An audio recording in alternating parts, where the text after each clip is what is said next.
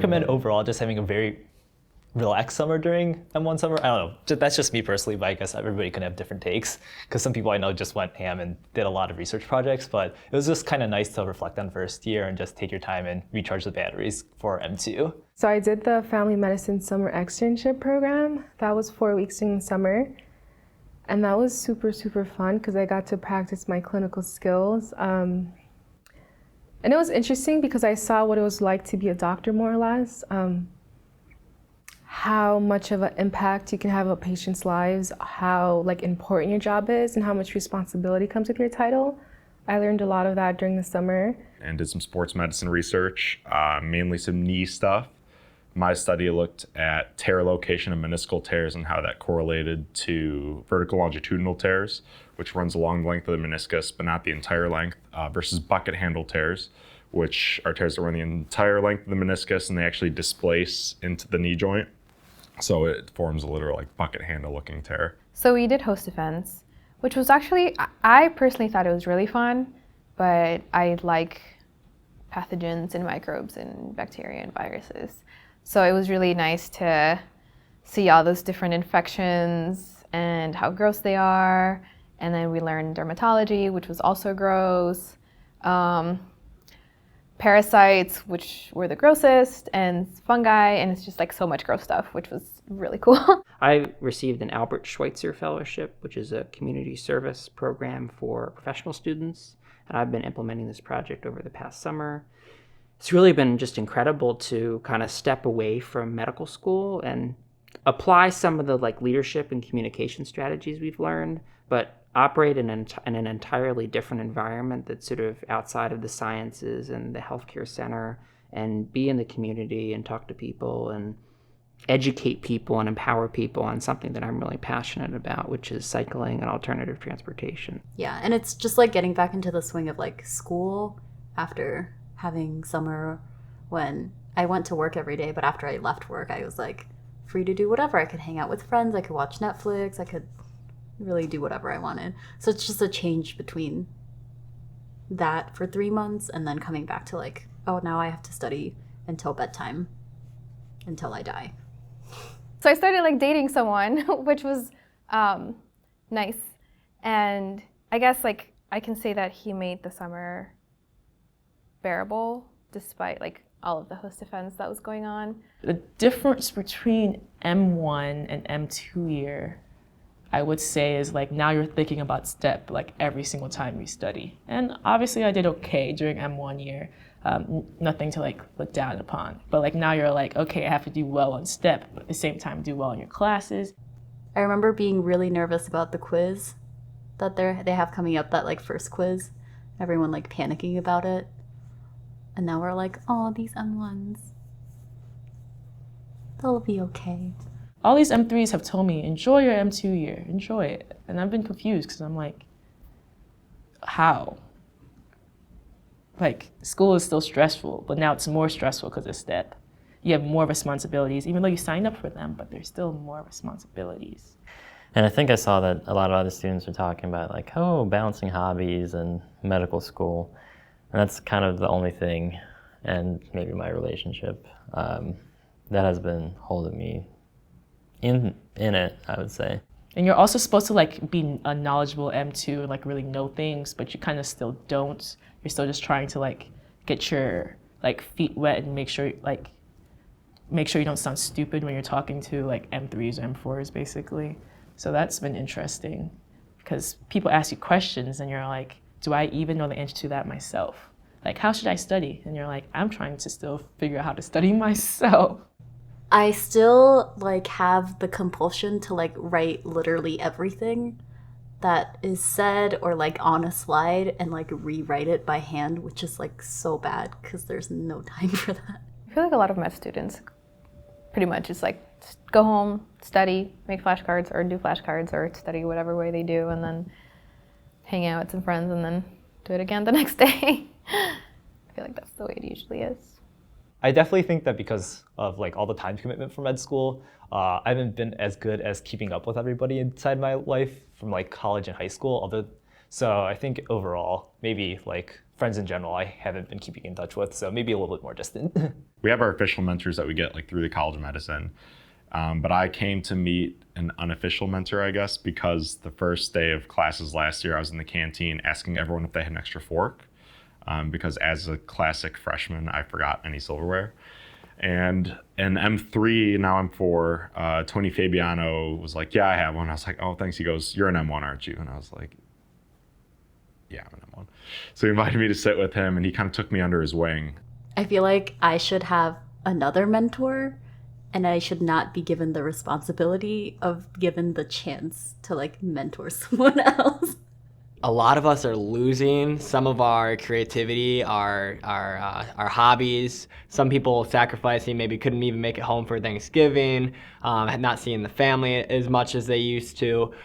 So just one thing that I've been reflecting upon a lot lately is all the sacrifices that medical students take just to be a doctor. A lot of people are away from their families, but they're only a 2-hour drive away, or they're only a 5-hour drive away, and I'm a 24-hour drive away, or a very expensive flight away. Not very expensive, but expensive. For the first time, I think, like, ever, I had a hard time just, like, studying for a few weeks. My mom is in treatment for cancer right now, and so dealing with that was a lot. And also my sister was dealing with a lot of like anxiety regarding college and what she wants to do with her life. And obviously I can't just be like, I have to study, like that's my family. So I was really struggling trying to deal with all of that personal stuff. I think I've always like had issues with mental health, but like it's never been as big of a problem as in medical school. And I've gotten help for it before, but never probably like, it's never been bad enough where I like sought the level of help that I'm seeking now. Someone that I care about a lot walked out of my life, and it kind of flipped everything upside down. It was unexpected, and it was really hard. And it kind of, I don't know, it made me confused because I didn't know, I guess, what to do with my life. Because when you have someone that's in your life so much that is so integral that they're in almost every aspect of it, that just becomes part of your routine, that becomes part of your normal. That's your baseline. And when that's gone, it makes you uncomfortable. It made me uncomfortable.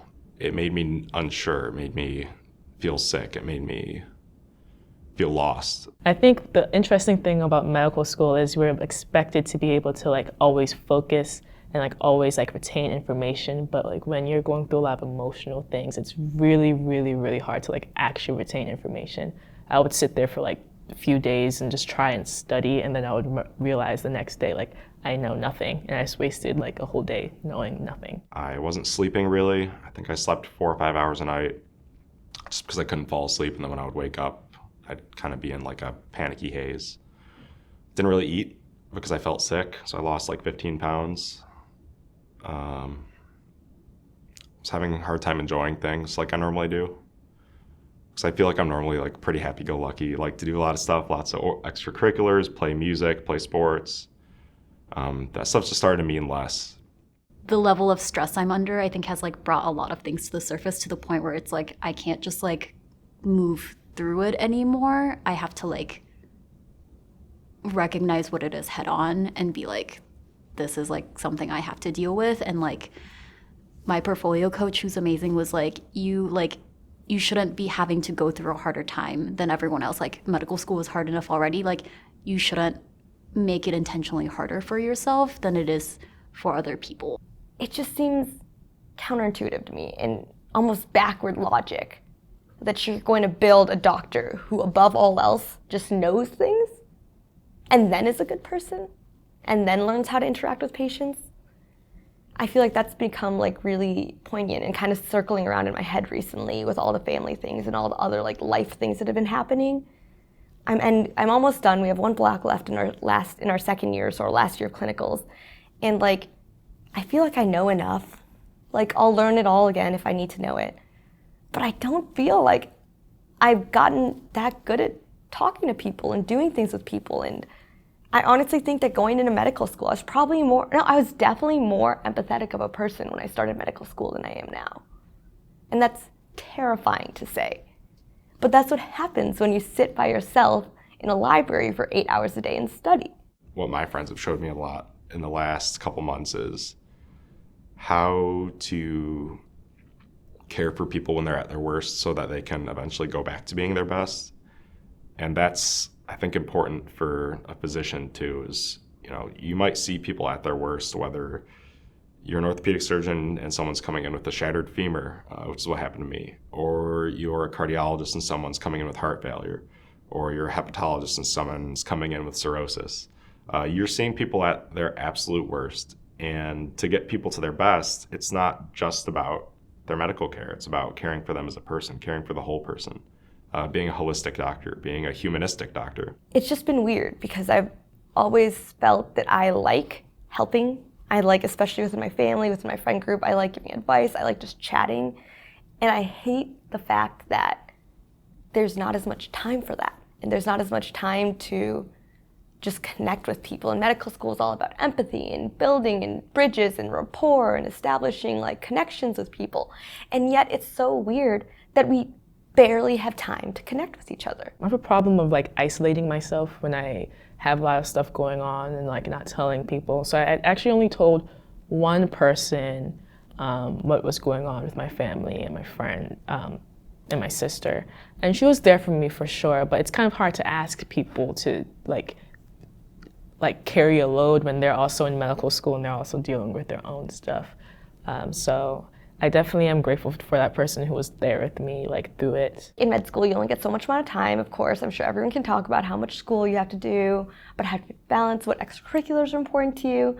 But then when you have to something happens and then there's more to do, like I always say that you make time for the things that you care about and you make time for the things you want to do.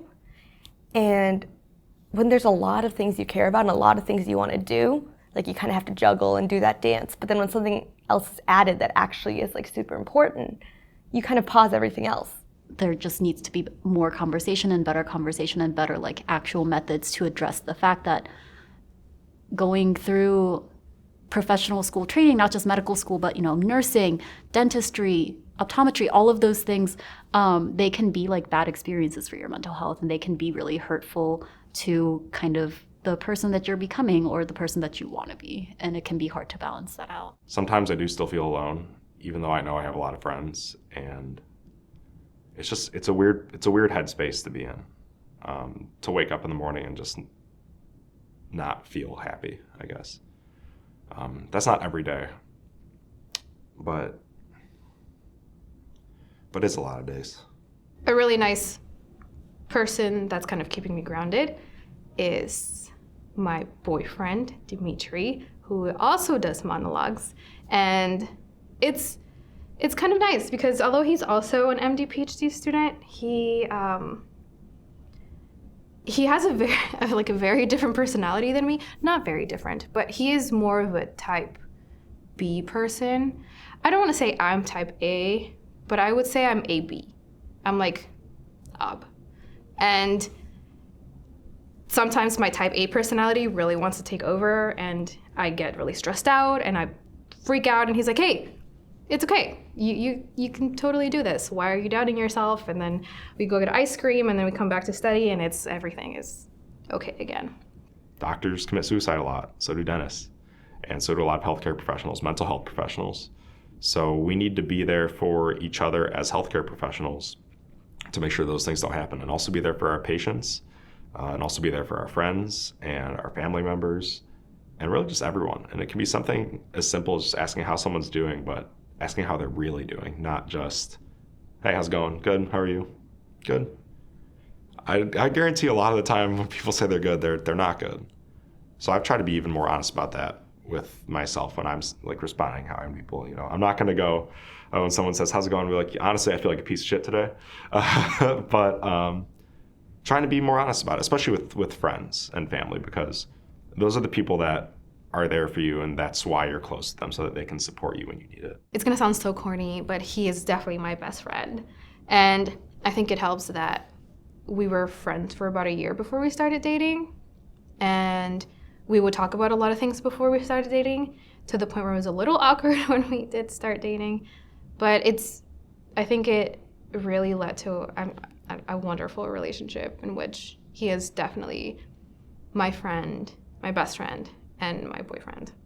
You know, you only go through medical school once, and to neglect things that you're passionate about just because you have an exam coming up, I think, is ultimately counterintuitive to the benefits of becoming a well-rounded person and a content individual who does stuff outside of academics, outside of the exam room. I guess I'm just really looking forward to my 3rd and 4th year, and hopefully at the end of it all, I can say that I'm leaving medical school, net effect, more empathetic than when I entered. All right. What do you want to talk about? We could talk about, I guess like I could start off with like, Yeah, you go. thoughts on STEP. The big quiz. I'm just like anxious. Like it's just like looming over everything else that we have going on. It's kind of like always in the back of my head, and scheduling and all of this stuff. As M2s kind of exit the curriculum, enter this sort of amorphous study time called dedicated exam prep, and then ultimately take the exam. So it's interesting to see sort of how the culture of our school is changing a little bit during this time, because people are sort of triaging their extracurriculars, getting other people to step in and kind of take over for them so they can really just dedicate themselves to being a student. Now that we're, I guess, in the middle of dedicated STEP studying time, and I haven't studied yet, I thought this would be a good topic to kind of talk about, and how everybody's freaking out. I think we all struggle with not knowing things or feeling incompetent.